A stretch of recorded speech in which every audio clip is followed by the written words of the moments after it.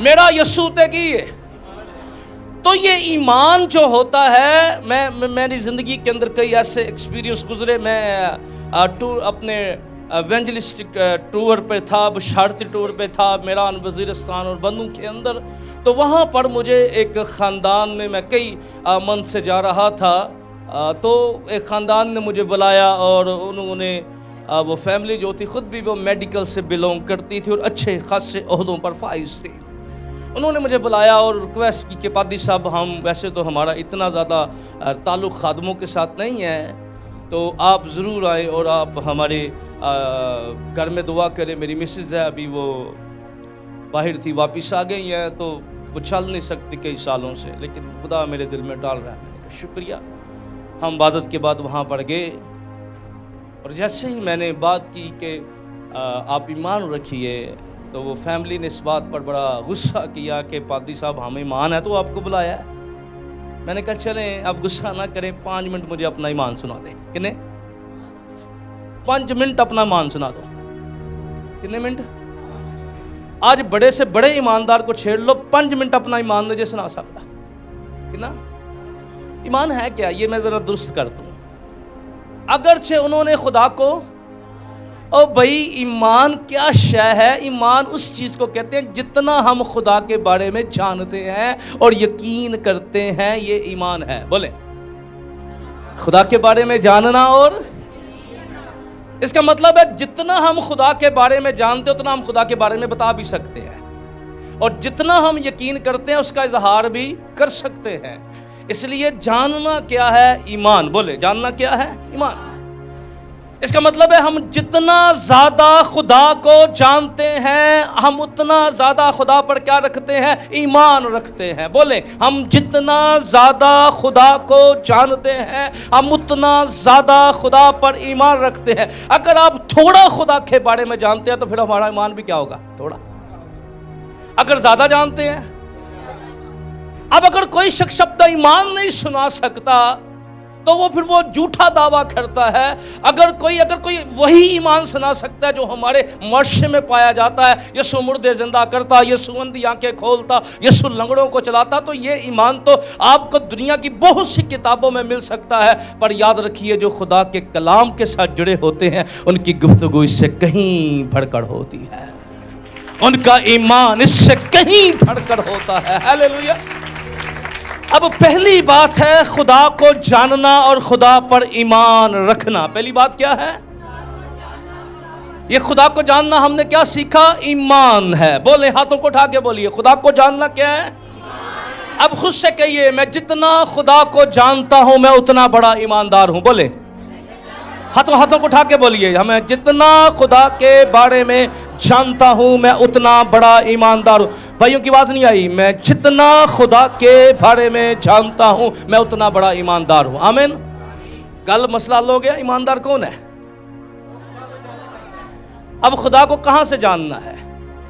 ایمان سننے سے پیدا ہوتا ہے، اور سننا مسیح کے کلام سے. میرا پتر ادھر دیکھ، سکندر کے ساتھ جو بچہ بیٹھا ہوا ہے، اب چرچ کے اندر ہے، ٹھیک ہے؟ اب کی آئیز بڑی سیدھی ہونی چاہیے، سب پہ نظر ہوتی ہے. اوکے.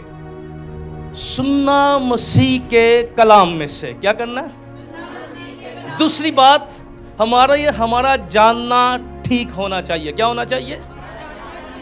ہمارا جاننا ٹھیک ہونا چاہیے. اگر ہم خدا کے بارے میں غلط جانتے ہیں تو خدا کے بارے میں ہم غلط بیان کریں گے.